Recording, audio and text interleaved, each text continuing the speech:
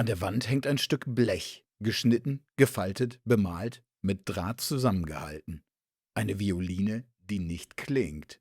Kein Holz, kein Resonanzkörper, keine Saiten.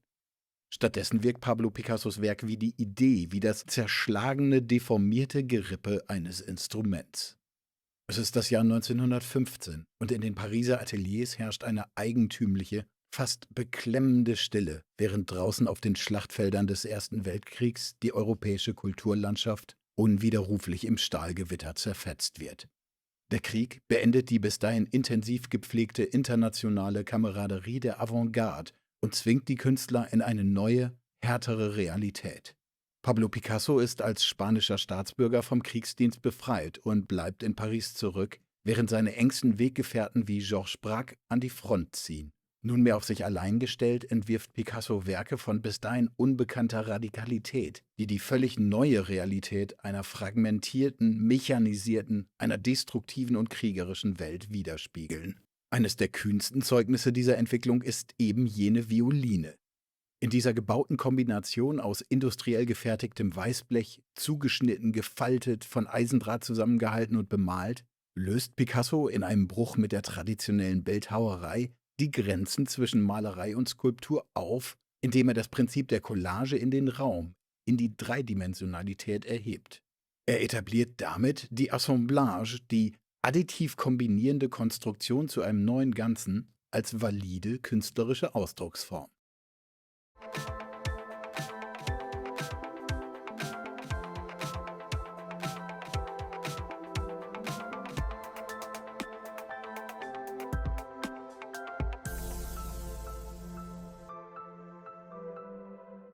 Picassos künstlerisches Schaffen ist geprägt von rasanten und für die Malerei prägenden Stilwechseln. Nach seiner rosa Periode, in der er sich ab 1905 motivisch der Welt der Gaukler und Artisten widmet, bricht er 1907 mit dem monumentalen Gemälde Les Demoiselles d'Avignon endgültig mit der abendländischen Maltradition.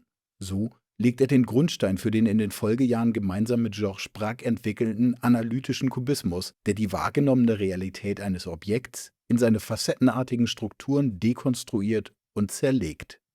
Der Ausbruch des Ersten Weltkriegs 1914 beendet diese enge Zusammenarbeit schlagartig. Die Abreise seiner zum Wehrdienst eingezogenen Freunde an die Front stürzt Picasso in eine tiefe persönliche und künstlerische Isolation. Zu diesem Zeitpunkt steht der Kubismus am Übergang von seiner die dargestellten Objekte in geometrische Formen wie Kugeln, Zylinder oder Kegel zerlegenden analytischen Spielart hin zur synthetischen Ausprägung, in der Gegenstände aus heterogenen, oft industriellen Materialien multiperspektivisch zusammengesetzt und konstruiert werden.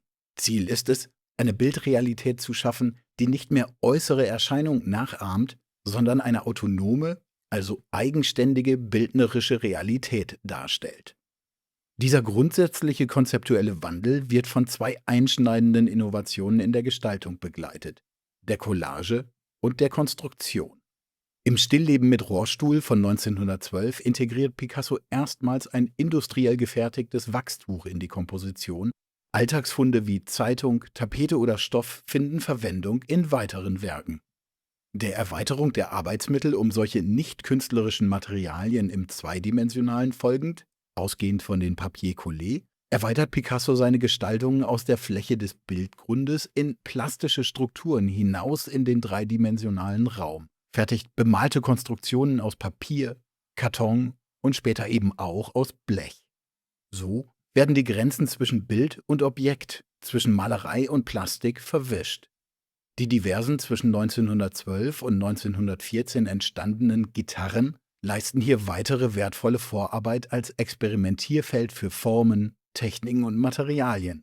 Zunächst zweidimensional wie im Stillleben Siphon, Glas, Zeitung und Violine, einer offen wirkenden Komposition aus Zeitungsausschnitten, Holzimitat und Kohle, dann dreidimensional aus Pappe, Papier und Schnur, schließlich im Jahr 1914 aus Blech und Draht.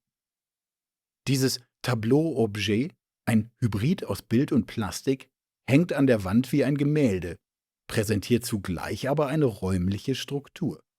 Überliefert ist als Anekdote die Frage eines Galeriebesuchers, ob die Gitarrenkonstruktion denn nun Malerei oder Skulptur sei.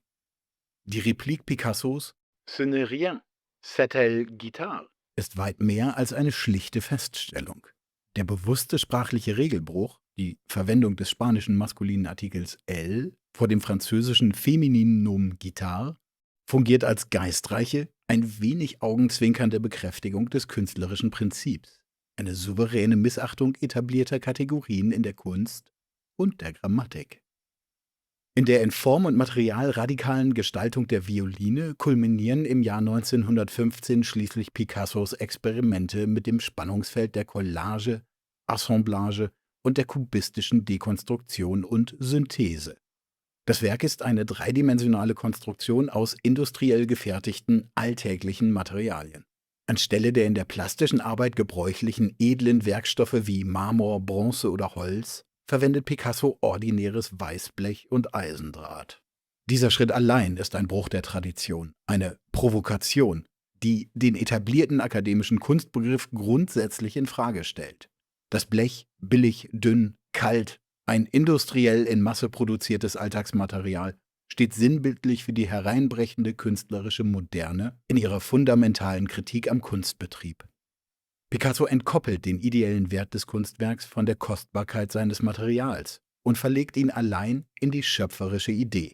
Dabei dekonstruiert er die organisch geschwungene, vertraute Form des realen Instruments in geometrische, tetragonale, also viereckig zugeschnittene Grundelemente, aus denen er durch Verbindung und Überlagerung flächiger oder räumlich gefalteter Bleche eine fragile Montage erstellt. Die Form erinnert dabei nur noch entfernt an eine Violine. Diese dient nicht mehr als zu imitierendes Vorbild, sondern liefert nur mehr Anhaltspunkte für die bauchige Mitte des Instruments, einen angedeuteten Hals mit Griffbrett, die beiden als breite Materialstriche angelegten F-Löcher. Picasso setzt diese additiv aus einzelnen Elementen neu zusammen, schafft eine Synthese von eigentlich unabhängigen Formzeichen, die erst in der Verbindung zu einer neuen, bildhaften Realität konstruktiv zusammengeführt werden. In der formalen Analyse offenbart sich die komplexe Binnenstruktur des Werkes. Durch die Lücke zwischen zwei gefalteten, von einem Stück Draht zusammengehaltenen Blechstücken wird die Längsachse des Instrumentes markiert, leicht aus dem Lot gekippt. Am oberen Ende des Objekts wird als Andeutung in schwarzer Fläche ein Griffbrett suggeriert. Dieses wird orthogonal durch ein gefalztes Blechteil geschnitten, vielleicht eine Andeutung des die Violine spielenden Geigenbogens. Die den Korpus bildenden Elemente fächern sich links und rechts der zentralen Linie auf. Anstatt den in sich räumlich geschlossenen Körper des Instruments nachzubauen, öffnet Picasso dessen Volumen, kehrt dessen Inneres nach außen, lässt den eindringenden Raum die Flächen und Formen umfließen. Wo eigentlich die schützende Umhüllung des Korpus erwartet wird, fällt der Blick stattdessen auf und in eine offene Konstruktion, die in ihrem fehlenden Volumen nur wenig die Erwartung einer klassischen Körperillusion erfüllt.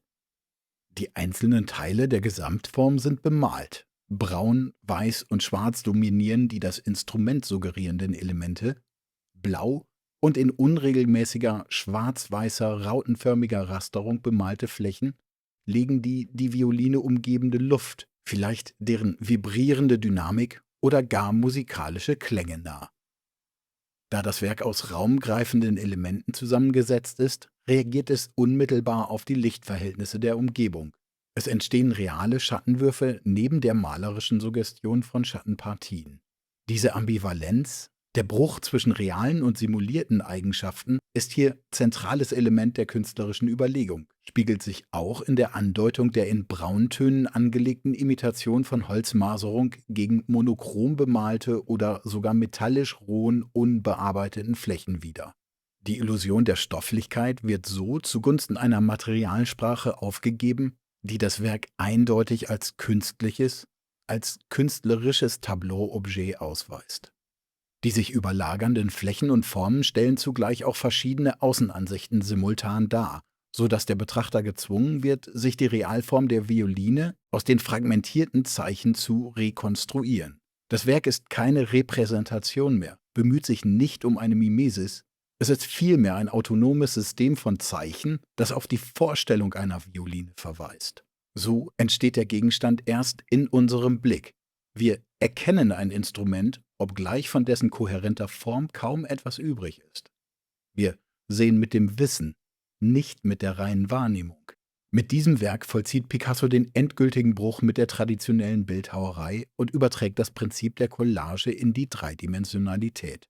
Picasso selbst sah die Arbeiten wohl auch deshalb nicht als Plastiken im traditionellen Sinn. Vielmehr verstand er sie als eine konsequente Erweiterung der Malerei. Sie bleiben in ihrer Anlage bildnerisch gedacht und komponiert, auch wenn ihre Formen in den Raum vordringen. Picasso etabliert zugleich die Plastik als eine additive, bauende Konstruktion, die das Wesen des Gegenstandes und dessen repräsentative Wahrnehmung als ein System von visuellen Zeichen neu definiert und bereitet der Assemblage, der Kombination realer Materialien zu einem neuen Ganzen und schließlich auch der Objektkunst den Weg. Zeitgleich mit Picasso arbeiten zahlreiche Kunstschaffende, beispielsweise der Dadaist Kurt Schwitters oder die italienischen Futuristen, an vergleichbaren revolutionären Gestaltungsansätzen. Künstler wie der eng mit Picasso befreundete Julio González oder Jean Dubuffet werden diese Ideen und Formen dankbar aufgreifen und entwickeln. Alexander Calder oder Jean Tinguely erweitern die Sprache schließlich noch um das kinetische Element.